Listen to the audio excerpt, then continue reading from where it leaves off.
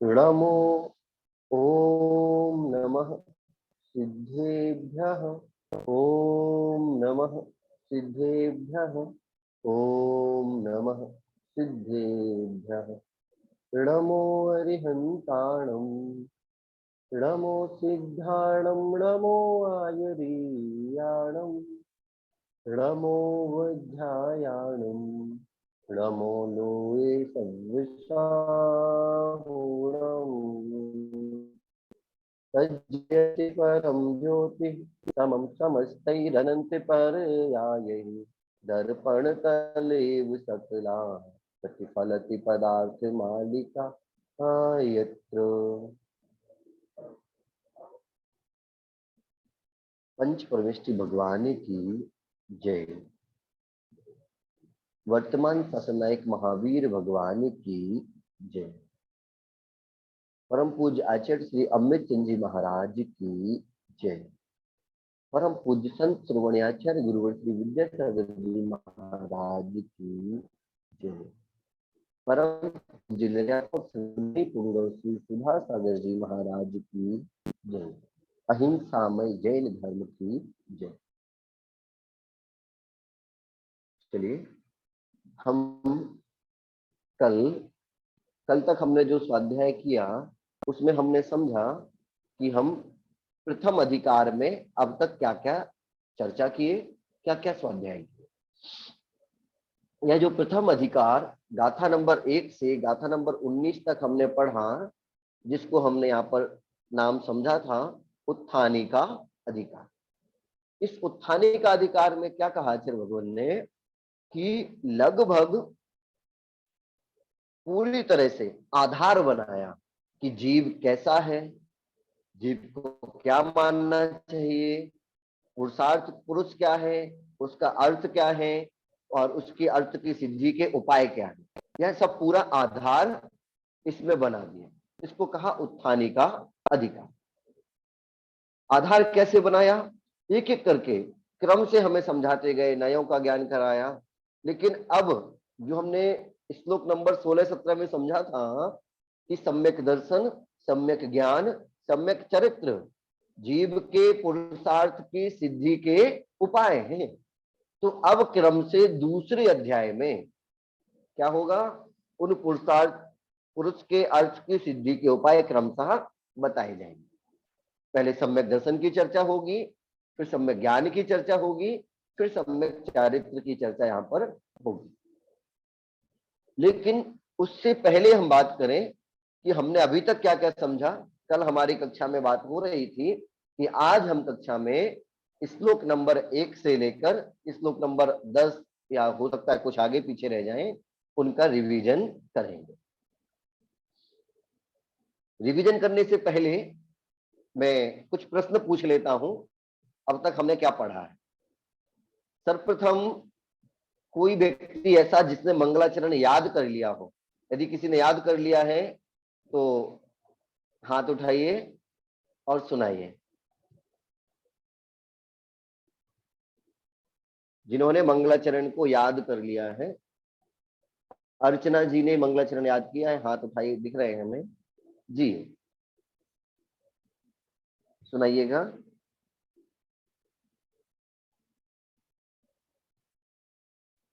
आपका mic on नहीं हो पा रहा है, आपका माइक ऑन नहीं हुआ है अभी।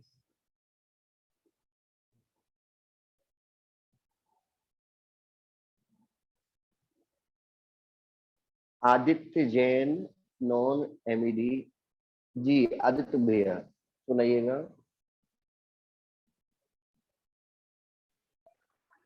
जय जिनेन्द्र भैया जी।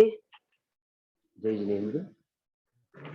तज्जयति परम ज्योति समम समस्तरणन्ति पर्याये दर्पण तल इव सकला प्रतिफलति पदार्थ मालिका यत्र।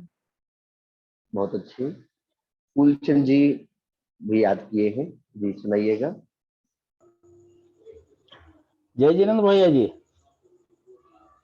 हेलो, जय जिनेन्द्र। जय जिनेन्द्र भैया जी। हाँ, जय जिनेन्द्र, सुनाइएगा।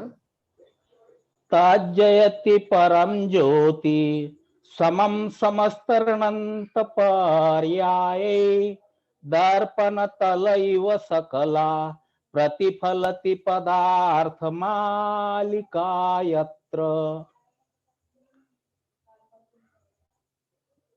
बहुत अच्छा। जय जिनेंद्र भैया जी। सुनीता जी सुना रहे हैं, सुनाइएगा। जय जिनेंद्र भैया। जय जिनेंद्र। तज्जयति परम ज्योतिः समं समस्तैरनंत पर्यायै दर्पण तलेव सकला प्रतिफलति पदार्थ मालिका यत्र। बहुत अच्छे। शालिनी जी सुनाइएगा। तज्जयति परम ज्योति समम समम समस्तरनंत पर्याये दर्पण तल इव सकला प्रतिफलित पदार्थ मालिका यत्र। बहुत अच्छे। अंजलि जी सुनाइएगा।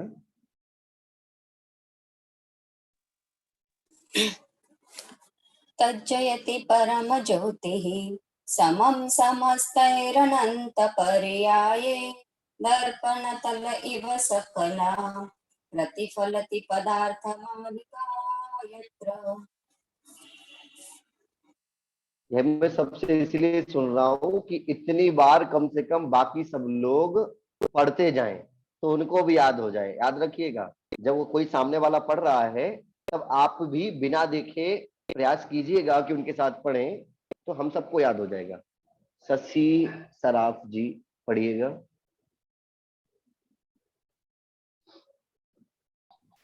तज्जयति परम ज्योति समम समस्तैरनंत पर्यायै दर्पण तलेव सकला प्रतिफलति पदार्थ मालिका यत्र। बहुत अच्छे। भावना जी साह।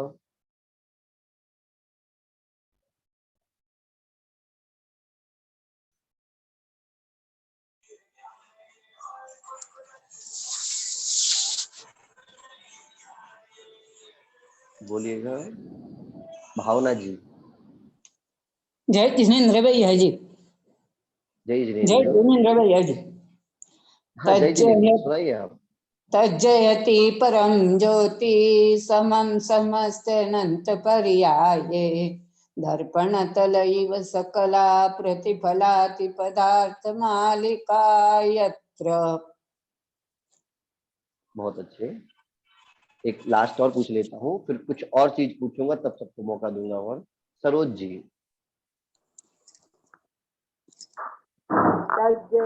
तज्जति परम ज्योति समम समस्तरनंत पर्याये दर्पण तलेव सकला प्रतिफलति पदार्थ मालिका यत्र। बहुत अच्छे। अभी मैं अंतिम में और मौका दूंगा, तब तक जो लोग पढ़े हैं याद है जिनको, उनसे मैं अभी लास्ट में एक बार और पूछूंगा। चलिए, सबसे पहले हम मंगलाचरण से प्रारंभ करते हैं। मैं बोलूंगा, उच्चारण सबको आता है, सब एक साथ बोलेंगे और फिर हम इसका अर्थ समझेंगे। तज्जयति परम ज्योति समं समस्तैरनंत पर्यायै दर्पण तलेव सकला पदार्थ मालिका यत्र।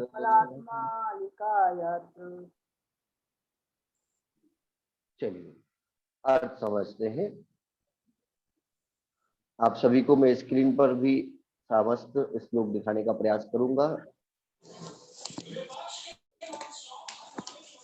देखिए, पहले तो हम नाम का ही अर्थ समझ लेते हैं।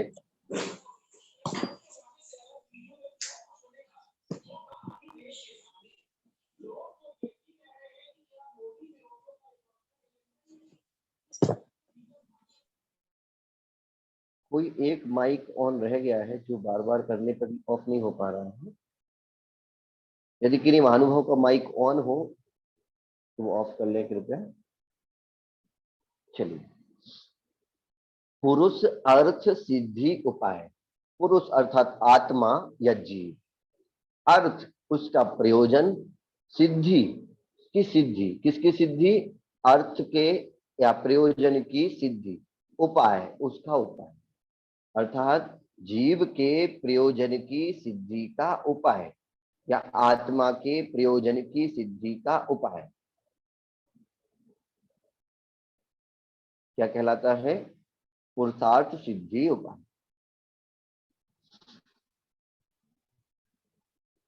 प्रथम श्लोक, इसका अर्थ समझिए। तत् वह जयति, जयवंत हो, वह जयवंत हो। कौन जयवंत हो? परम ज्योति, वह परम ज्योति जयवंत। कैसी? समम समस्त ही अनंत पर्याय, समम सहित, समस्त ही संपूर्ण, अनंत अनंत, पर्याय पर्यायों से या पर्यायों को, दर्पण तलिव, दर्पण के तल के समान, सकला समस्त, प्रतिफलती प्रतिफलित होते हैं या झलकते हैं, पदार्थ मालिका यत्र, जहां, यत्र था जहां, पदार्थ मालिका, पदार्थ की मालिका या पदार्थों की माला। अन्वय से समझिए, आपको सबको दिख रहा होगा। तत् वह परम ज्योति, उत्कृष्ट ज्योति, अर्थात केवल ज्ञान रूपी ज्योति, केवल ज्ञान रूपी प्रकाश, जयति जयवंत हो। कहा? जयवंत हो। क्यों जयवंत हो? तो बताते हैं, यत्र, जिसमें, समस्त ही संपूर्ण, अनंत पर्याय ही, अनंत पर्याय, समम अर्थात सहित, सकला समस्त, पदार्थ मालिका पदार्थों की माला, दर्पण तलिब प्रतिफलती, दर्पण के समान झलकती है। अर्थात क्या हुआ? वह उत्कृष्ट केवल ज्ञान रूपी ज्योति जयवंत हो। क्यों जयवंत हो? उस ज्योति में, जिसमें संपूर्ण और अनंत पर्यायों से सहित पदार्थों की माला दर्पण के समान स्पष्ट प्रतिफलित होती है या झलकती है। यहाँ पर हमें दो तीन चीजें थोड़ी छोटी सी बात करते हैं जो हम रिवीजन में लेते हैं। ज्योति जयवंत कहा है, अर्थात केवल ज्ञान की ज्योति जयवंत हो तो केवल ज्ञान जयवंत हो, और जब केवल ज्ञान जयवंत हो तो केवल ज्ञानी भी जयवंत हो। केवल ज्ञान को ही नमस्कार यहाँ पर क्यों कहा? क्योंकि केवल ज्ञान प्रत्यक्ष रूप में हमें दिखता है, केवल ज्ञान कथन रूप में भी उसका हम कथन भी कर सकते हैं, और इसलिए उस अनंत केवल ज्ञान में या अनंत ज्ञान में सभी जीवों की समस्त पर्याय दर्पण के समान दिखाई दे रही है। इसीलिए यहाँ पर आचार्य भगवान ने केवल ज्ञान रूपी ज्योति को नमस्कार किया है। बिल्कुल ऐसा ही नमस्कार छैडालाकार जी ने भी किया, सबने सुना होगा। तीन भुवन में सार, बीत राग विज्ञानता, शिव स्वरूप शिवकार, तीन भुवन में सार, तीनों लोग वस्तु है, उत्कृष्ट वस्तु है, विज्ञानता है। कैसा केवल ज्ञान? रूप केवल ज्ञान है, यह स्वरूप ही है, वाला है, इसको है। भगवान अमृतंजन जी सूरी जी ने पहले श्लोक में मंगलाचरण के रूप में केवल ज्ञान ज्योति को नमस्कार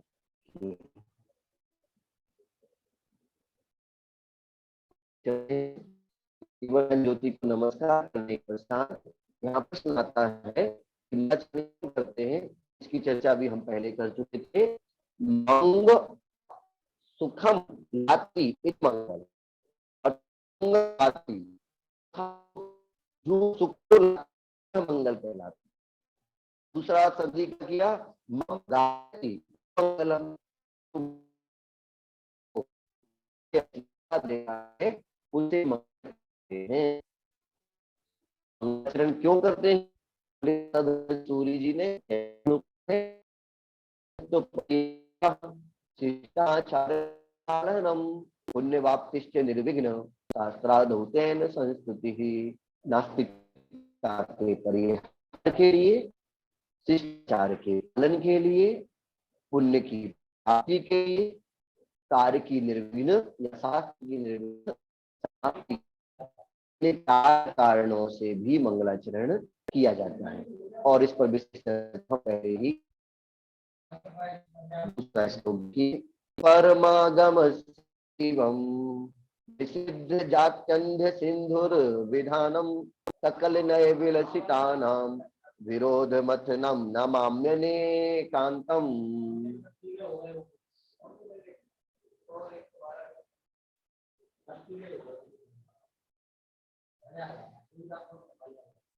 बहुत सारे जन कह रहे हैं मेरी आवाज कट रही है। चलिए दूसरा श्लोक चल रहा है। परमागमस्य जीवम,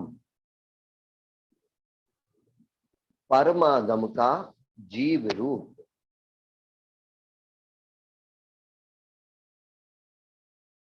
का जीव रूप या परमागम का प्राण रूप, निषिद्ध जात्यंध सिंधु विधानम या अभिधानम। जब राग को विसर्ग कर देंगे तो क्या हो जाएगा? अभिधानम।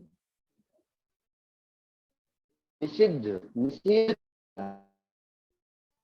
का जाति अंध, जन्म से अंधे जो पुरुषों द्वारा, सिंधु हाथी का, अभिधान अर्थात विधान, जो जन्म से अंधे पुरुष लोग हैं उन्होंने हाथी के स्वरूप के विधान का निषेध कर दिया। कोई कहता है खंबे जैसा, कोई कहता है रूपे जैसा है। तो जो चीजें थी कहीं हो गए, कह रहे हैं कि निषिद्ध जाति। और फिर क्या कहा? सकल नय विलसिता नाम, सकल अर्थात संपूर्ण, नए नयों से, विलसिता नाम प्रकाशित या विभूषित, विरोध मथनम विरोध को मथने वाला या विरोध को दूर करने वाले, नमामि नमस्कार कर, अनेकांतम एकांत धर्म को।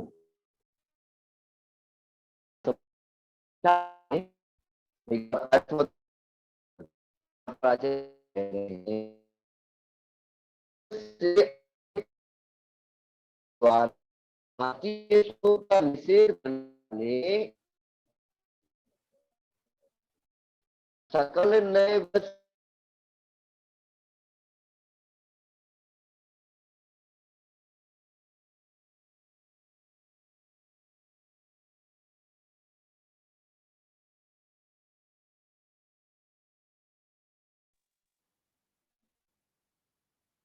जन्म से अंधे पुरुषों के द्वारा हाथी का ध्यान का निषेध कर दिया। इसको सकल नए विलता नाम, संपूर्ण नय से प्रकाशित, विरोध मथनम विरोध को मथने या विरोध को दूर करने वाले, परमागम जीवम परमागम के प्राण रूप, अनेकांतम नमामि अनेकांत को नमस्कार करता हूँ। यहाँ पर आप समझिए क्या लिख रहे हैं। इसमें लिखा है से अंधे के हाथी विधान, उसने जो दान कर दिया दान कैसे थी।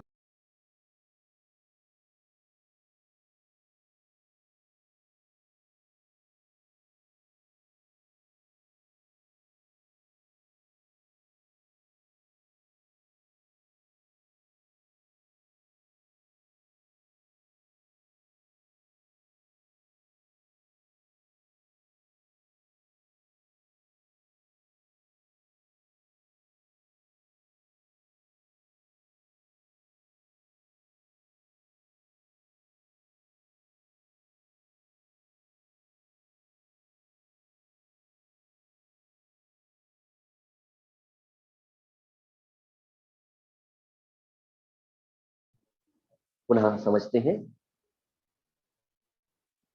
कि जन्म से अंधे पुरुषों ने जो हाथी का विधान कर दिया है उस विधान का निषेध करने वाला, सकल नय विलसिता नाम विरोध मतनम, संपूर्ण नयों की विवक्षा से विरोध को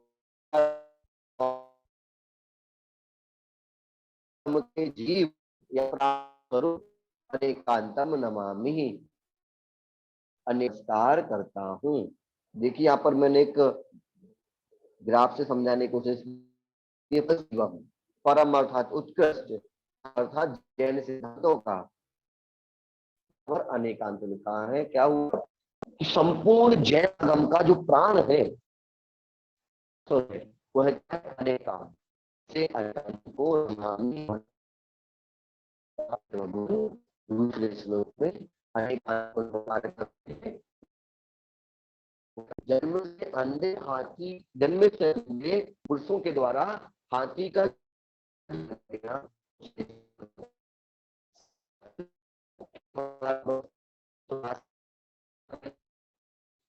विरोधों को है और जो प्राण स्वरूप है ऐसे अनेकांत को नमस्कार कर।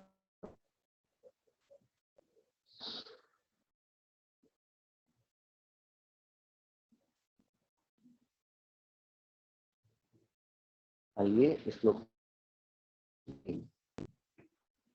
लोकत्रैक नेत्रम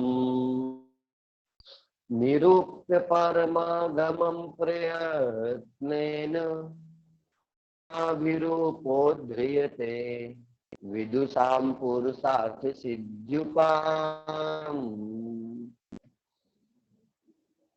लोकत्रय एक, तीनों लोकों को देखने वाले एक नेत्र के समान, जान करके परमागमम परम आगम को, उत्तर को या जैन आगम को पूर्वक, परिश्रम पूर्वक, बहुत अच्छे कार्य पूर्वक, अस्माभि हमारे द्वारा, उपोद्ध्रियते उद्धार करने में आता है, विदुषाम के लिए, तो पुरुषार्थ सिद्धि उपाय, यह पुरुषार्थ सिद्धि का उपाय। क्या कह रहे हैं? अब ग्रंथ के बारे में बता रहे हैं कि यह जो पुरुषार्थ सिद्धि उपाय है यह कैसा है कि तीन समस्त पदार्थों को प्रकाशित करने में जो कैसा है, अद्वितीय नेत्र के समान है। कौन है ऐसा? उत्कृष्ट परम आगम, और उस आगम को अनेक प्रकारों से जान करके हमारे द्वारा अर्थात आचार्य भगवान के द्वारा यह पुरुषार्थ सिद्धि उपाय विदुषाम विद्वानों के लिए उद्धार करने के लिए बनाया है। हम यह समझे कि यह इसके लिए जो थोड़ा जैन धर्म का ज्ञान रखते हैं उन जैन धर्म के ज्ञान रखने वालों के लिए यह पुरुषार्थ सिद्धि उपाय ग्रंथ करते हैं। यहाँ पर कुछ बातें आई हैं उनको भी हमें समझना होगा कि अस्मा भी हमारे द्वारा जब वह लिखते हैं तो यहाँ पर वह यह कहना चाह रहे हैं कि यह मैं अकेला नहीं लिख रहा हूं, यह तो परंपरा से चला आ रहा है। हम लोग जब पढ़ते हैं ना, याद होगा मंगलाचरण पढ़ते हैं तो क्या पढ़ते हैं? अस्य मूल ग्रंथ कर्तारः श्री सर्वज्ञ देवः, तदुत्तर ग्रंथ कर्तारः श्री गणधर देवः, प्रति गणधर देवः तेषां वचनानुसारम।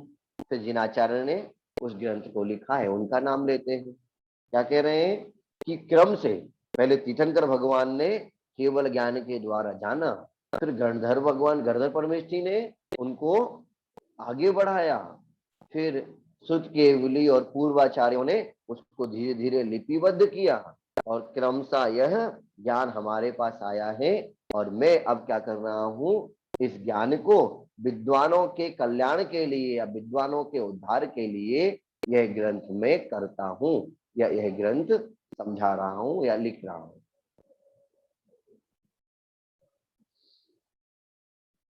आगे चलते हैं श्लोक नंबर 4। मुख्योपचार विवरण निरस्ते दुस्तर विनेय दुर्बोधा व्यवहार निश्चय प्रवर्तयन्ते जगति तीर्थम। मुख्य उपचार विवरण, मुख्य और उपचार के विवरण से या मुख्य और उपचार के विवेचन से, कथन से निरस्त नाश कर दिया है या नाश करते हैं या नाशक है। दुस्तर विनेय, जो बड़ा कठिन है, जिसका दुर्निवार करना या उसको अलग करना, उसको दूर करना बड़ा कठिन है। दुर्बोधा, ऐसा अज्ञान। व्यवहार निश्चयज्ञ, व्यवहार और निश्चय के ज्ञाता या व्यवहार और निश्चय को जानने वाले। प्रवर्तयन्ते, प्रवर्तन कराते हैं इसको, जगति, संसार में, तीर्थम, तीर्थ का। अभी तो समझ में नहीं आया, चलिए समझ में आएगा, अन्वय से देखेंगे बिल्कुल क्लियर हो जाएगा। मुख्य उपचार विवरण, मुख्य और उपचार के विवेचन से या वर्णन से अथवा कथन से दुस्तर विनेय अर्थात दुर्निवार, प्रकट रूप में जो दुर्निवार है, बड़ी मुश्किल से वह दूर होता है, ऐसा अज्ञानम या दुर्बोधम, अज्ञान। निरस्त, उस अज्ञान का नाशक है या उस अज्ञान के नाशक। कौन है उस अज्ञान के नाशक? व्यवहार निश्चय, व्यवहार और निश्चय के ज्ञाता या व्यवहार और निश्चय को जानने वाले। प्रवर्तयन्ते, प्रवर्तित करते हैं, प्रवर्तन कराते हैं, किसका? जगति, संसार में, तीर्थम, धर्म तीर्थ। यहाँ पर जो आपको स्क्रीन पर दिख रहा है उसको पढ़ने का प्रयास जरूर करें, क्योंकि यह बहुत अच्छा विषय है, पेपर में भी आता रहेगा, आपके जीवन में बहुत काम आएगा। क्योंकि हम लोग इसी वजह से लड़ रहे हैं, जब तक हम इस श्लोक को नहीं समझ पा रहे हैं। मुख्य और उपचार कथन के विवेचन, प्रकट रूप दुर्निवार अज्ञान नाशक, व्यवहार और निश्चय के ज्ञाता, जगत में धर्म तीर्थ का प्रवर्तन कराते हैं। आगे देखिए विशेषार्थ में क्या कह रहे हैं? उपदेश देने वाले आचार्य अर्थात वक्ता में। अब यहाँ पर वक्ता के लक्षण बता रहे हैं कि वक्ता में क्या क्या लक्षण होने चाहिए। आगम का ज्ञान एक लक्षण हो गया, तत्वार्थ का श्रद्धान, संयम भाव, क्रोधादि कसायों का अभाव, शांत स्वभाव इत्यादि अनेक गुण होने चाहिए। लेकिन यह गुण तो होने ही चाहिए, इसके अलावा जो सबसे मुख्य गुण है वह क्या है? व्यवहार और निश्चय का ज्ञान होना अति आवश्यक और मुख्य है। इतना सब कुछ है और व्यवहार निश्चय का ज्ञान यदि नहीं है तो वह अच्छा वक्ता नहीं है। क्यों? क्योंकि जीवों का अनादिकाल से चला आ रहा जो ज्ञान है वह मिथ्यात्व भाव किससे दूर किया जा सकता है? मुख्य और उपचार के उपदेश से ही दूर किया जा सकता है। तो यहाँ पर बार बार मुख्य उपचार आ रहा है, इसका मतलब क्या है? मुख्य का अर्थ है निश्चय में और उपचार का अर्थ है व्यवहार में। यहाँ पर लिखते हैं मुख्य कथन अर्थात वस्तु का वास्तविक स्वरूप, तो निश्चय नय के द्वारा, और उपचार कथन व्यवहार नय के अधीन है।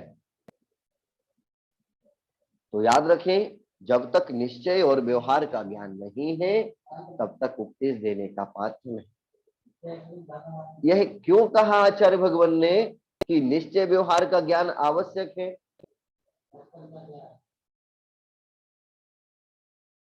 व्यवहार का ज्ञान या नयों का ज्ञान या जो दूसरे श्लोक में अनेकांत को नमस्कार किया है उसका ज्ञान क्यों आवश्यक है? हम इसको बहुत सरल अर्थ में समझें कि हम कुछ पढ़ रहे हैं, ठीक है? जैसे मैंने पहले भी बताया था कि हम जीके पढ़ रहे हैं और आपसे कहा जाए, सबसे पूछा जाए हिमालय पर्वत कौन सी दिशा में है, क्या उत्तर देंगे? हिमालय पर्वत कौन सी दिशा में है? तो सभी बिल्कुल बिना सोचे समझे क्या कहेंगे? उत्तर दिशा में है। और उन्हीं के बीच में एक नेपाल का व्यक्ति बैठा हुआ था, वह कहता है दक्षिण दिशा में। अब बताइए कि क्या उत्तर गलत है? नहीं है। क्या दक्षिण गलत है? नहीं है, दोनों ही सही।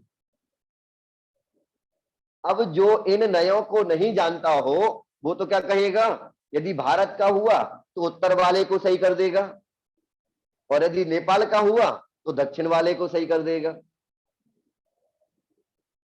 करना क्या था,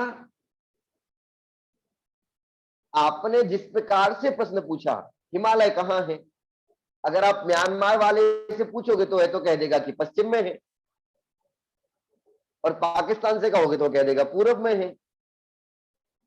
तो यहां पर हमें क्या समझना है, हमें यह समझना है कि मुख्य और उपचार समझाता है किस दृष्टि से कैसा है।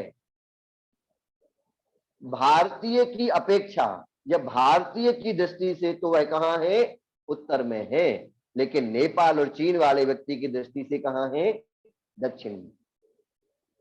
दोनों ही गलत नहीं है, लेकिन यदि वक्ता इन दोनों का ज्ञान नहीं रखता है तब वह कुछ गलत प्रकाशित भी कर सकता है। जैसे हम लोग एक बात और समझें, आम जीवन की, आम जीवन में हम कैसे गलती करते हैं और कैसे फिर झगड़ा हो जाता है कि विवाह हुआ और आज की पीढ़ी का व्यक्ति कहता है कि हम आज के जैसे रहेंगे, और पुरानी पीढ़ी वाला व्यक्ति क्या कहता है, नहीं पुराने के तरीके से रहो। जैसे हमारे घर में वृद्ध लोग हैं, उन्होंने एक मोबाइल ले लिया तो उस मोबाइल का तब तक प्रयोग करेंगे जब तक किसी भी स्थिति में वो प्रयोग करने लायक है, क्योंकि पुराने लोग मितव्ययी हैं, बर्बादी नहीं करना चाहते। और आज की पीढ़ी हर समय में नया जो अपडेट आ रहा है हमें वो चाहिए।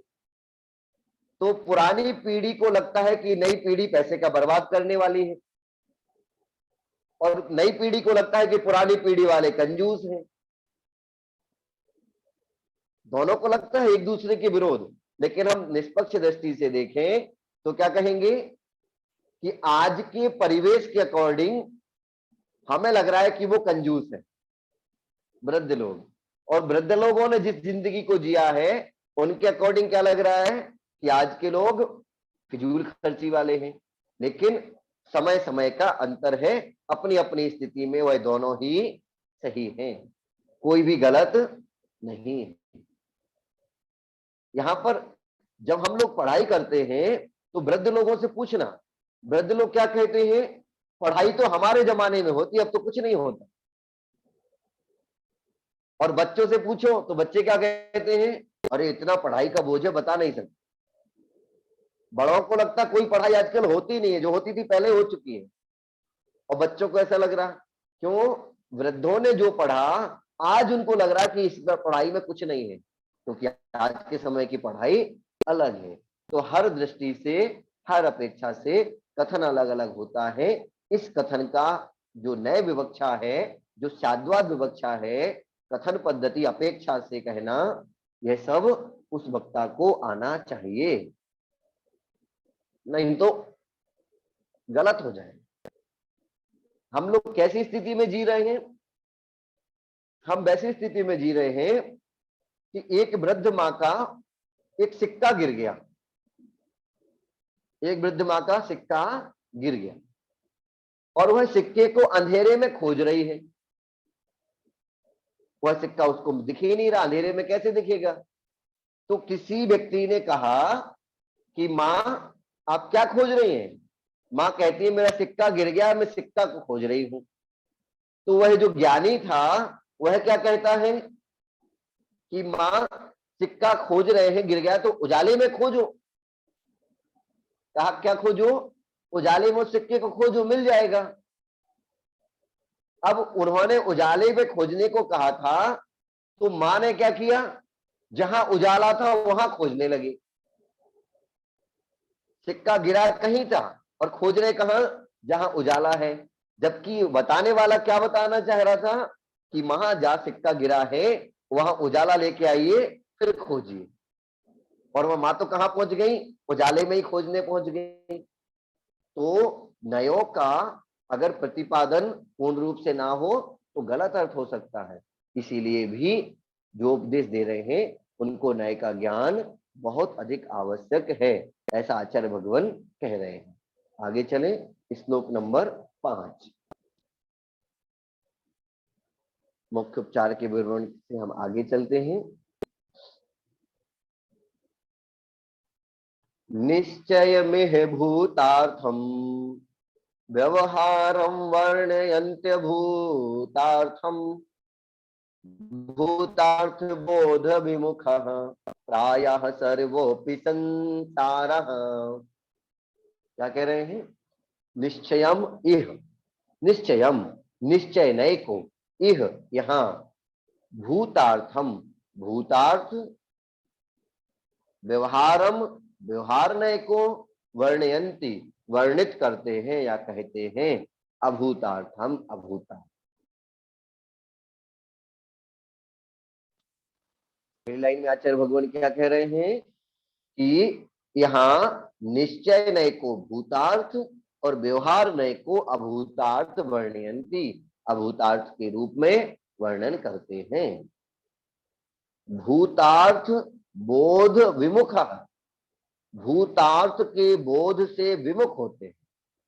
प्रायः प्रायः करके या सामान्यतया, सर्वोपि संसारः सभी संसार,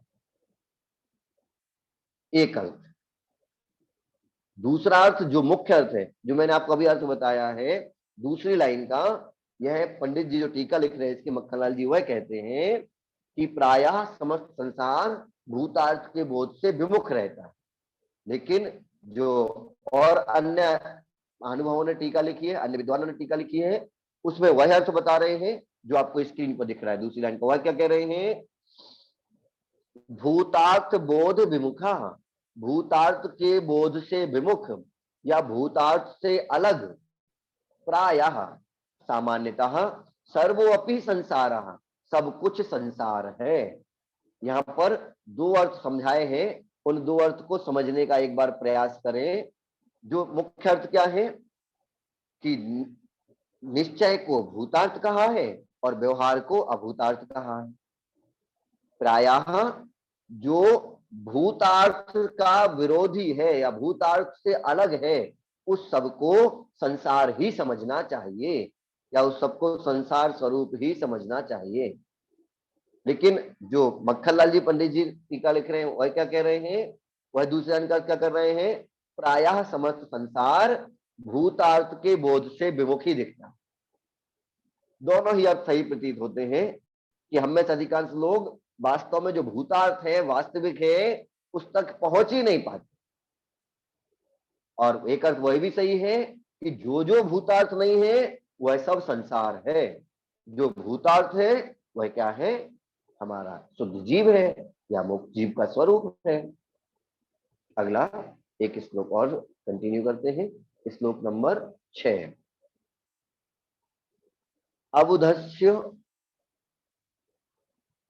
अबुधस्य बोधनार्थम मुनीश्वरादेशयन्त्य भूतार्थम व्यवहारमेव कैवल मवैति यस्तस्य देशना नास्ति।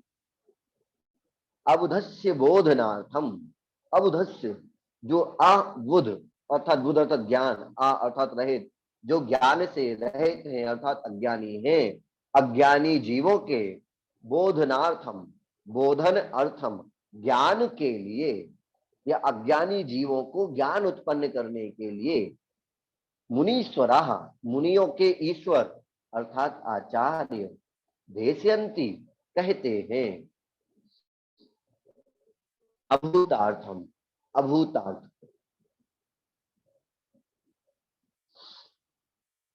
पहले लाइन का फिर से देखो, जो अबुधस्य बोधनार्थम अज्ञानी जीवों के या अज्ञानी जीवों को ज्ञान उत्पन्न कराने के लिए आचार्य अभूतार्थम देशयन्ति अभूतार्थ को कहते हैं। व्यवहारम एव केवलम अवैति, यह अर्थात जो केवलम केवल व्यवहारम एव अवैति, व्यवहार को ही जानते हैं, व्यवहारम एव व्यवहार को ही, केवल केवल अवैति जानते हैं, यह जो, तस्य उनके लिए, देशना नास्ति देशना नहीं है या उपदेश नहीं। पुनः देखिए क्या कह रहे हैं पूरे श्लोक का, कि अज्ञानी जीवों में ज्ञान उत्पन्न करने के लिए मुनियों की ईश्वर अर्थात आचार्य अभूतार्थ का वर्णन करते हैं, लेकिन जो कैसे हैं, केवल व्यवहार नय को ही जानते हैं या केवल व्यवहार को ही जानते हैं, उनके लिए देशना नहीं है, वह देशना के पात्र नहीं है। देखिए अर्थ लिखा हुआ है, क्या लिखा है, आचार्य अज्ञानी जीवों को ज्ञान उत्पन्न करने के लिए व्यवहार नय का उपदेश करते हैं, और जो केवल व्यवहार को ही जानता है उनको उपदेश नहीं है। श्लोक नंबर 7 समझते हैं। माणवक एव सिंहो यथा भवत्य नवगीत सिंहस्य, व्यवहार एव हि तथा निश्चयताम यात्य निश्चयज्ञस्य। माणवक एव सिंह, माणवक अर्थात बिल्ली, विलाव, एव ही सिंह शेर, यथा जिस प्रकार से, भवति होता है, अनवगीत अनअवगीत ना जानने वाले पुरुष के लिए, सिंहस्य शेर। क्या अर्थ हुआ, यहाँ पर ये कह रहे हैं कि शेर को ना जानने वाले पुरुष के लिए माणवक एव सिंहो, बिल्ली को ही शेर मान लेता है। ठीक उसी प्रकार व्यवहार एव ही तथा निश्चयताम, व्यवहार एव व्यवहार नय को ही, तथा उसी प्रकार निश्चयताम निश्चय पने को प्राप्त होता है, निश्चयताम याति निश्चय पने को प्राप्त होता है या निश्चय मान लेता है। कौन, जो अनिश्चयज्ञ से, निश्चय नय को जानने वाला नहीं है। जो निश्चय नय को नहीं जानता है वह व्यवहार को ही निश्चय मान लेता है। यहाँ पर हम क्या समझे, अभी अभी हमने जो श्लोक समझा था कि हम में से बहुत सारे लोग ऐसे होते हैं कि जब तक हमने किसको नहीं जाना, बिल्ली को नहीं पहचाना, जो लोग बिल्ली को नहीं पहचान, सॉरी क्षमा करें, जो लोग शेर को नहीं पहचानते हैं उन्होंने तो बस पढ़ा है कि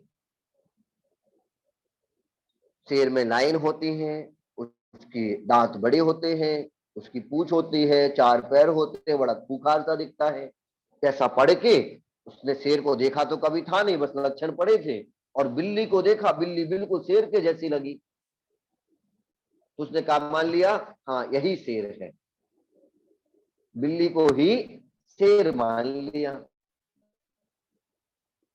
तो क्या बिल्ली को ही शेर मान लेना सही है? नहीं है। बिल्ली बिल्ली है और शेर शेर है। बिल्ली शेर नहीं हो सकती और शेर बिल्ली नहीं हो सकता, लेकिन अज्ञानता कहें या हमारा उस समय का ज्ञान कि हमने तो बिल्ली को ही शेर मान के बैठ गए। ठीक उसी प्रकार बता रहे हैं कि जो निश्चय नय को नहीं जानता है वह व्यवहार नय को ही निश्चय मान ले। हम में से अधिकांश लोग इसी श्रेणी में हैं कि हमें अधिकांशता अभी निश्चय का स्वरूप ही नहीं पता। निश्चय नय क्या है, निश्चय नय कैसे कहता है? निश्चय नय तो शुद्ध का कथन करता है, और हम सब लोग किसका कथन किए जा रहे हैं? अशुद्ध का। और हम अशुद्ध का कथन करके ही खुश हैं कि हमने पूरा धर्म कर लिया। जैसे हमने पूजन कर ली, उसमें ही प्रसन्न है। अपने बारे में तो सोचे ही नहीं। पूजन करने से यद्यपि पुण्य मिल रहा है, पूजन करना गलत नहीं है, पूजन करने से क्या मिल रहा है? पुण्य मिल रहा है, लेकिन पुण्य भी तो व्यवहार ही है, पुण्य कहां निश्चय है? हम जितनी धार्मिक क्रियाएं करेंगे वह समस्त धार्मिक क्रियाएं व्यवहार ही है। कुछ भी कर रहे हैं अर्थात व्यवहार है। याद करिए, समझिएगा। हम यहां पर थोड़े से जटिल हो सकते हैं, लेकिन हम में से अधिकांश क्या हो रहा है कि हम लोग किसी की निंदा करते करते इतने ज्यादा ऐसी स्थिति में आ गए कि हमने वास्तविक कथन की चर्चा करना ही छोड़ दिया। हमें यहाँ पर यह समझना है कि जो निश्चय है, हम जितनी क्रियाएं करेंगे, समस्त क्रियाएं जब तक क्रिया है तब तक व्यवहार है। जब हम अपने में आएंगे तभी तो निश्चय होगा। हम अपने में आए नहीं, हमने पूजन की, बाह्य क्रिया है। अभिषेक किया, बाह्य क्रिया है। जिनवाणी का स्वाध्याय किया, बाह्य क्रिया है। हम जब इन बाह्य चीजों का सहारा लेना छोड़ पाएंगे तब निश्चय में आएंगे। लेकिन हम ऐसी स्थिति में हैं कि हम बाह्य को छोड़ने में संभव नहीं है। अच्छा बताइए, हम लोग जाप करते हैं, क्या हमें आंख बंद करनी चाहिए? नहीं करनी चाहिए। नेत्र बंद करने का हमारे यहाँ प्रावधान नहीं है। लेकिन क्यों कर रहे हैं? क्योंकि अभी हमारा अभ्यास नहीं है कि हमने नेत्र खोल लिए, हमारे सामने से कोई गुजरा, हम उसको ही देखने लगे, जाप तो साइड में रह गई। इसलिए हमने क्या किया? नेत्र बंद कर लिए। हम प्रैक्टिस कर रहे हैं। किसकी प्रैक्टिस कर रहे हैं? उस निश्चय में जाने की। दूसरी चीज देखो, हम जाप करते हैं तो माला लेते हैं या उंगली से इस तरीके से जाप करते हैं? यह भी तो एक सहारा है ना। जब हमने एक बार मंत्र गिना और माला का एक दाना खिसका दिया, तो हमारा ध्यान उस मंत्र के साथ साथ कहां है? माला पर भी है ना। और हमें कहां तक पहुंचना है कि मंत्र तो जपते रहे और मंत्र पर ही रहे, अपने पर ही रहे, यहां तक पहुंचना है। यहां तक कब पहुंचेंगे? जब हम धीरे धीरे अभ्यास करेंगे। क्योंकि 108 बार हम पढ़ लें और भटके ना, और 108 बार फिक्स हो जाए बिना माला के या बिना उंगलियों के, अभी तो संभव नहीं है। क्यों संभव नहीं है? क्योंकि हम यह धार्मिक कार्य 24 घंटे में से 1 घंटे 2 घंटे कर रहे हैं, बाकी 22 घंटे कहाँ हैं? हम गृहस्थ में। कई बार तो ऐसा भी होता है, मैं तो अपनी कह रहा हूं, शायद आप लोगों के साथ भी ऐसा होता होगा कि कई बार हमारे साथ क्या होता है, जब हम जाप आदि करते हैं तो मन बहुत भटकता है। क्या पता जब हम धार्मिक स्वाध्याय कर रहे हैं या जाप कर रहे हैं तभी हमें घर के 4 काम याद आ जाएं, तभी हमें अपने ऑफिस के काम याद आ जाएं। क्यों? क्योंकि हमने अभी अपना मन स्थिर करके धार्मिक कार्यों की ओर आया नहीं। उनको तो छोड़ो, जब हम पूजन करते हैं, पूजन करने में जब नमस्कार शब्द आता है तो क्या हमारा मस्तिष्क झुकता है? बंदू नमो नहीं झुकता है। तो वचन से तो वो हो गई, हम तो यहां तक एकाग्र नहीं हो पाए अभी। तो निश्चय तो हमसे बहुत दूर है। लेकिन एक बात याद रखिए, यद्यपि हम निश्चय तक नहीं पहुंच पा रहे, फिर भी निश्चय का ज्ञान होना आवश्यक है। हम ऐसा करें कि एक बात समझिए, हम में से बहुत सारे लोग ऐसे हैं जो बहुत सारी कार नहीं खरीद सकते, बहुत सारी ज्वेलरी नहीं खरीद सकते, लेकिन उनके बारे में अवेयर तो है ना कि इसका क्या स्थिति है, यह किस कंपनी की है, किसने लॉन्च की है, कितने पैसों की है। तो जो खरीद नहीं सकते उसके बारे में चर्चा करना, सोचना बंद कर दो। ऐसा है क्या? नहीं है। ठीक उसी प्रकार यद्यपि हम अभी निश्चय में लीन नहीं हो सकते, लेकिन लक्ष्य तो हमारा क्या है? निश्चय ही है। तो जो लक्ष्य है, यदि उस लक्ष्य का पूर्ण ज्ञान नहीं है तो आचार्य भगवान ने कह दिया उसके लिए देशना नहीं है। श्लोक नंबर 6 में कि जो व्यवहार को ही जानते हैं, निश्चय को जानते ही नहीं है, उनको देशना ही नहीं है। या फिर ऐसी स्थिति है उसके साथ कि वो उसने व्यवहार को ही निश्चय मान लिया। जैसे एक छोटा बालक जल में पड़ रहे हुए चंद्रमा के प्रतिबिंब को चंद्रमा ही मान के बैठ गया और उसको पकड़ने की ओर पहुंच जाता है, हाथ में कुछ नहीं आता। ठीक वैसे ही हमने उस व्यवहार को ही निश्चय मान लिया और क्या हो रहा है, निश्चय तक पहुंच ही नहीं पा रहे और व्यवहार हमारे लिए अभी कल्याण करने में समर्थ नहीं है। हम लोग हर चीज को वे मन से करते हैं, बस समस्या यहां है। कुछ भी करें हमें ऐसा लगता है कि हम जबरदस्ती में हमसे कराया जा रहा है। परम पूज्य मुनि श्री क्षमा सागर जी इस पर एक कविता लिखते हैं कि हम जीते हैं कुछ इस तरह कि जीना नहीं चाहते, जीना पड़ रहा है, और मरते हैं कुछ इस तरह कि मरना नहीं चाहते, मरना पड़ रहा है। शायद इसीलिए हमें यह जीवन मरण का क्रम दोहराना पड़ रहा है। जब तक जीते हम शान से जीते, और जब अंत समय आता हम दृढ़ता पूर्वक समाधि मरण करके मरते, तो शायद यह जीवन मरण का क्रम है वह समाप्त हो जाता। लेकिन हम वास्तविकता तक अभी पहुंच नहीं पाए। एक श्लोक को और मैं ले लेता हूं, 8वां श्लोक। इसके बाद फिर हम कल आगे के श्लोकों का रिवीजन करेंगे। चलिए, श्लोक नंबर 8 आपको दिख रहा है।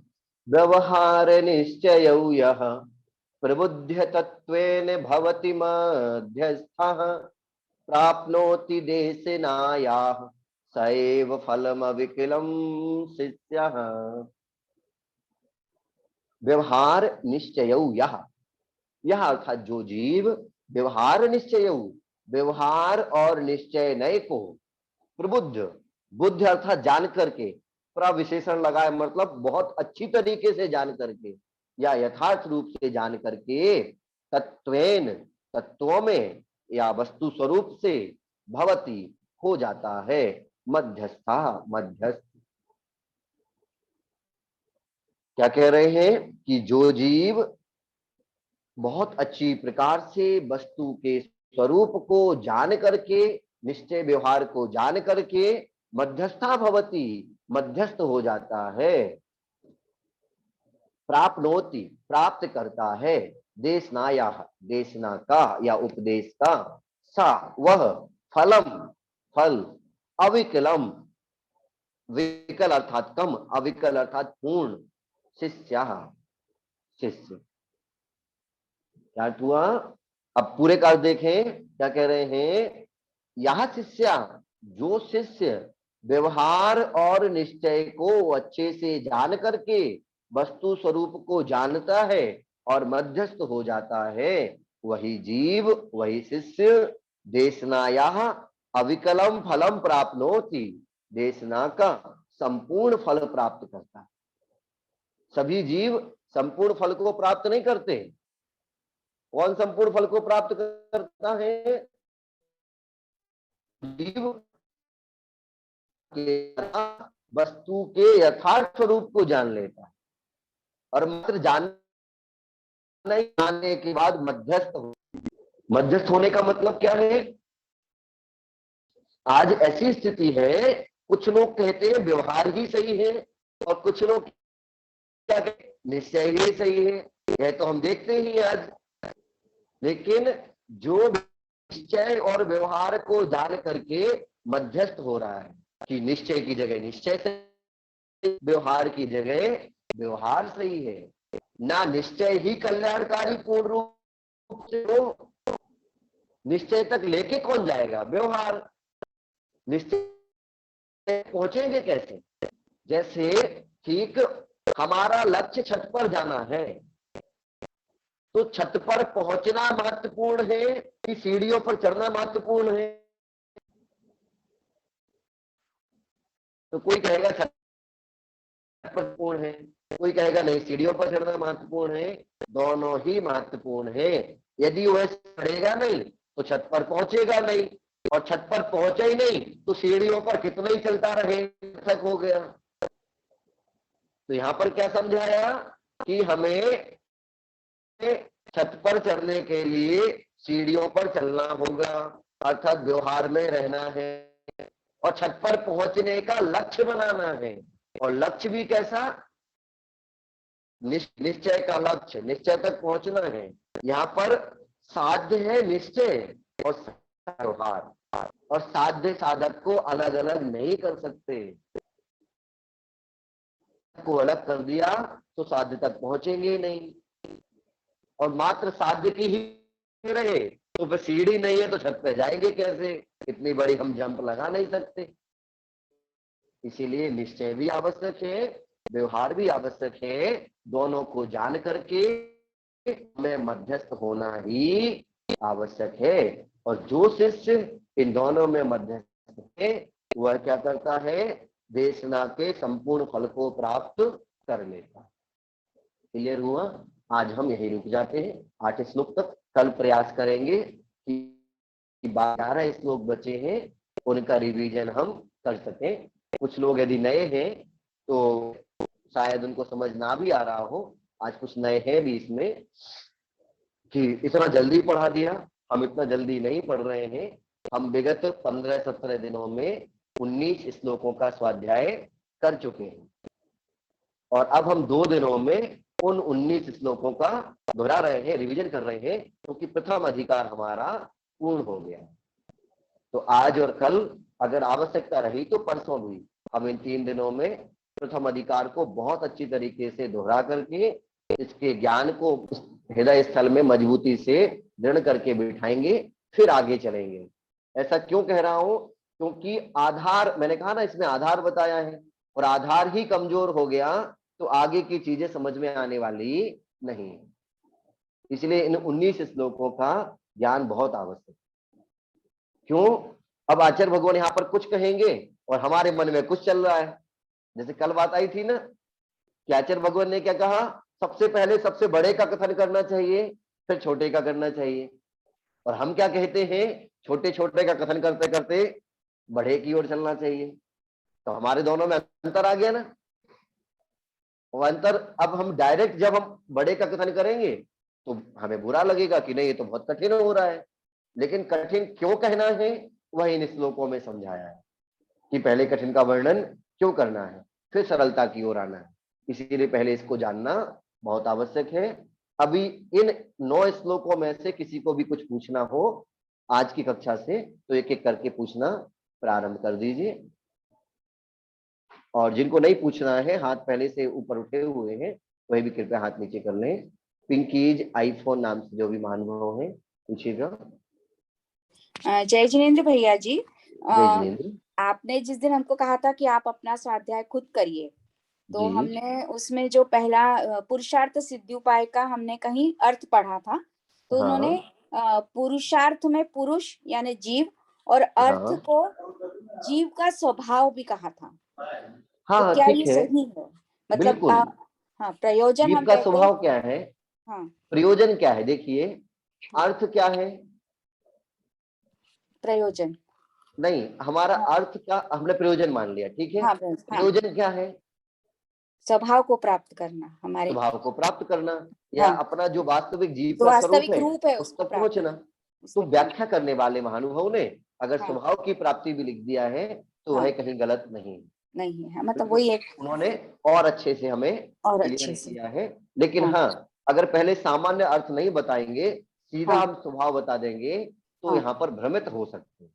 अच्छा, शब्द का अर्थ क्या है? पुरुष के अर्थ के प्रयोजन की सिद्धि का उपाय। तो वो अर्थ क्या है, या जीव का जो अर्थ अर्थात प्रयोजन क्या है? मोक्ष सिद्धि। मोक्ष सिद्धि अर्थात उसके स्वयं के स्वभाव की प्राप्ति।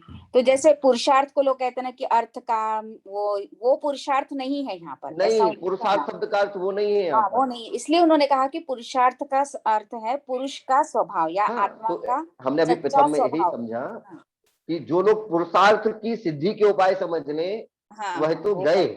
हाँ वही वही उन्होंने दूसरी कहा था। चीज, हाँ, अगर हम पुरुषार्थ, पहली बात तो ये जिनागम के है नहीं, है नहीं, हाँ पुरुषार्थ हमारे धर्म अर्थ काम मोक्ष, हाँ यह तो मतांतर के, हाँ हाँ ठीक है। हाँ क्यों क्यों नहीं है? क्योंकि उनका जो कथन करने का तरीका, उन्होंने क्या कहा कि जो 24 घंटे हैं उनको 3 भागों में बांट दो। हाँ 8 घंटे, 8 घंटे धर्म को दे दो, 8 घंटे अर्थ को दे दो, 8 घंटे काम को दे दो। इस हाँ। तरीके से बांटोगे तो अंत में आपका मोक्ष पुरुषार्थ सिद्ध हो जाएगा। अच्छा ऐसा। तो ऐसा तो पूर्णतः गलत हो गया। हाँ। कि पहली बात तो हम 8 घंटे धर्म को दे दें, मैं मान सकता हूं, अच्छा विचार है, लेकिन 8 घंटे काम को दे दें पॉसिबल नहीं है। और 8 घंटे हम अर्थ को दे दें, तो क्या 8 घंटे के व्यापार में काम चल जाएगा? सरकारी नौकरी तो सारे कर नहीं रहे हैं, तो व्यापार करने वाले हैं वो तो 24 घंटे अर्थ की सिद्धि 24 को देख घंटे रहे हैं। तक रहता है। हाँ। इसीलिए हमारा अर्थ क्या है? पुरुष अर्थात जीव के अर्थ की सिद्धि के उपाय। यहाँ पर अर्थ क्या है? उसका जो वास्तविक स्वरूप है मोक्ष की सिद्धि के उपाय। अच्छा, जय जिनेंद्र भैया जी। जय जिनेंद्र। सोहम जी पूछिएगा। भैया जी जय जिनेंद्र की। जय जिनेंद्र। हाँ हम बोल रहे हैं सोहम जन। हाँ हाँ बोलिए।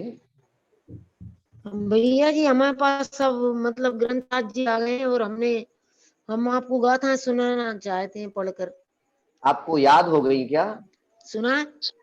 नहीं, आपने याद कर ली नहीं है याद क्या? नहीं, देख के अभी तो देख के हाँ ठीक है, तो कल की कक्षा में हम नहीं सबसे करी देखकर भैया जी, सुनेंगे। अभी तो देख के पढ़ा।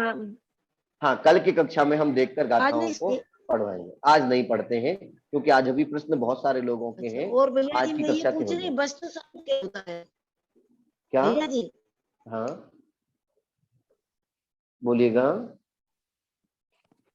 आपका माइक शायद म्यूट हो गया है, बोलिए। आपका माइक बंद हो गया। कोई बात नहीं, मैं फिर से माइक ऑन करने का प्रयास करूंगा। राधा जी अग्रवाल पूछिएगा। भैया जी हम शायद ग्रुप में नहीं जुड़े, हमारे पास कुछ भी नहीं आ रहा है। अच्छा, बहुत सारे लोग ग्रुप में नहीं जुड़े, ऐसा रोज रोज सुनने को मिलता है। मैं आपको एक नंबर भेज रहा हूँ ग्रुप चैट में, वहां से नंबर लिख लीजिए और उस नंबर पर मैसेज भेज दीजिए, मैं आपको जोड़ लूंगा। बोलिए भैया। 33 भैया फिर से भैया जी। हाँ, आप जब तक मैं क्या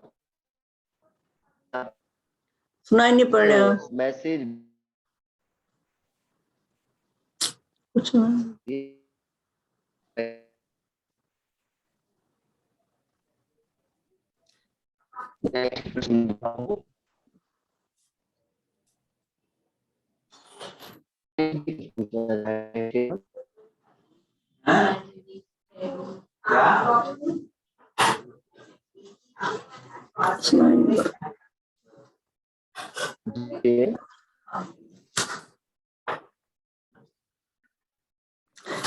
माइक ऑन नहीं है किसी का? देखना पीछे हमारा माइक ऑन नहीं है, देखना अनम्यूट होना चाहिए था ना, ये तो म्यूट आ रहा है। तो अनम्यूट कैसे होगा? स्टार ही तो हटाना है जो म्यूट इशू कर रहा है ना। क्या करना है? म्यूट करना? नहीं अनम्यूट करना था ना उनको। अनम्यूट ही है, अनम्यूट ही है ना, आवाज नहीं आ रही। हाँ पूछिएगा, जिनका माइक अनम्यूट है पूछिए। तो हमारा तो सही है, हमारा तो भैया जी कुछ सुनाई नहीं पड़ा हमें।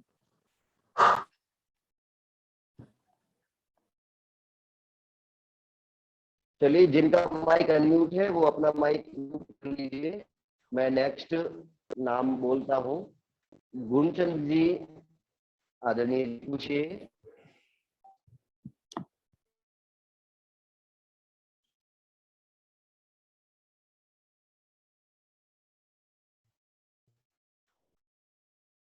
माइक अनम्यूट करने के लिए मैंने रिक्वेस्ट भेजी है।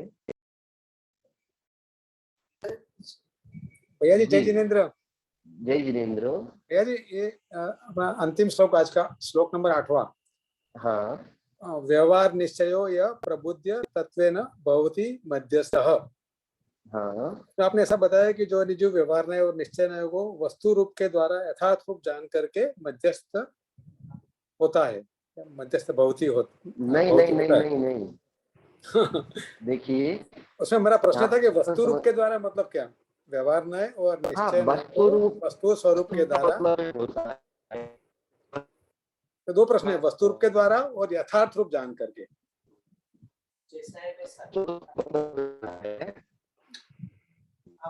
हाँ भैया ये आवाज कट रही है आपकी। नेटवर्क थोड़ा सा प्रॉब्लम हो। वस्तु स्वरूप का अर्थ है अर्थात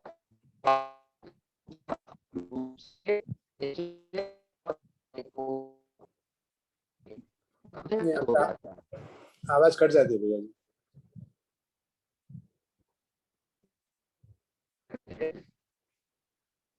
पुनः देखिए एक बार वस्तु स्वरूप का अर्थ होता है वास्तविक स्वरूप, जो रियल है, ओरिजिनल है, वास्तविक है, वह स्वरूप। बराबर। उस स्वरूप के द्वारा या उस स्वरूप से, वास्तविक रूप से निश्चय और व्यवहार, इन दोनों नयों को जान करके मध्यस्था भवति, जो मध्यस्थ हो जाता है, अर्थात जो निश्चय का स्वरूप है उसको निश्चय से जाने, और जो व्यवहार का स्वरूप है उसको भी व्यवहार से, व्यवहार में जाने। हम ऐसा ना करें कि हमने निश्चय व्यवहार को जाना ही नहीं और एक का ही सहारा ले लिया, तो गलत है। नहीं, वस्तु स्वरूप का यहाँ पर अर्थ क्या क्या पकड़ना है? वस्तु स्वरूप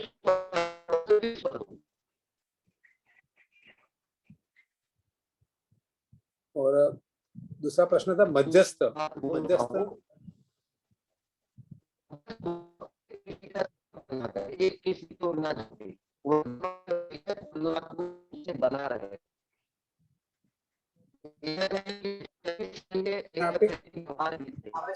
आलोक जी आपकी आवाज कट जाती है, आवाज नहीं आ रही क्लियर। आदरणीय जी आप एक काम कीजिए, कक्षा के बाद आप मुझे व्यक्तिगत फोन कर दीजिए, आपके पास मेरा नंबर है, मैं समझा दूंगा। ओके। एक प्रश्न और ले लेता हूँ मैं लास्ट। आदरणीय इंदिरा जी पूछ रहे हैं, पूछिएगा।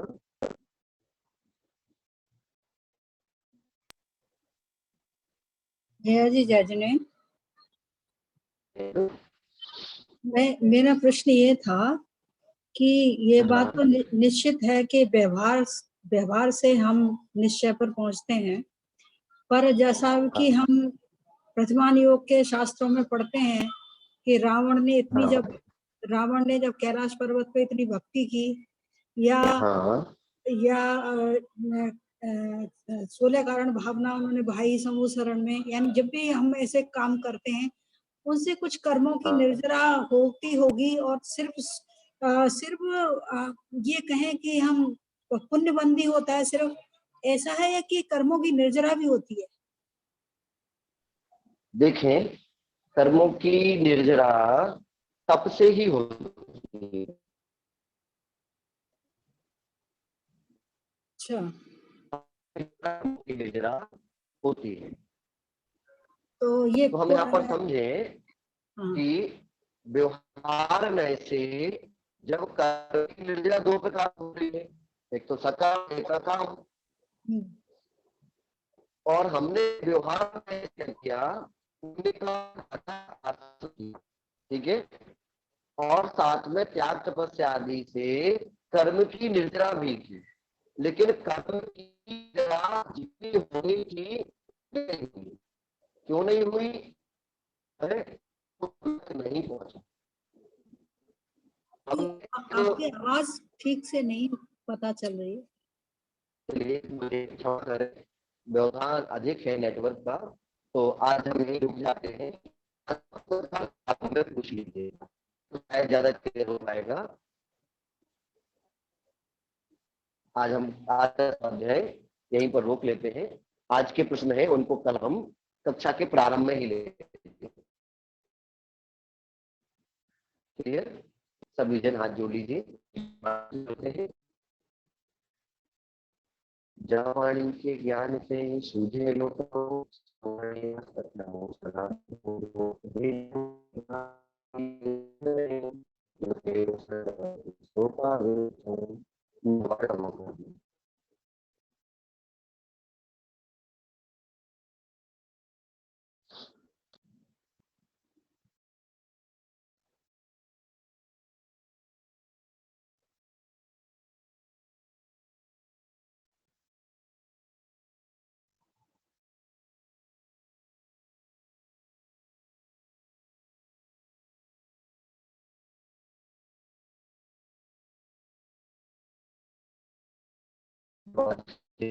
माता की सभी को पुनः जय हिंद।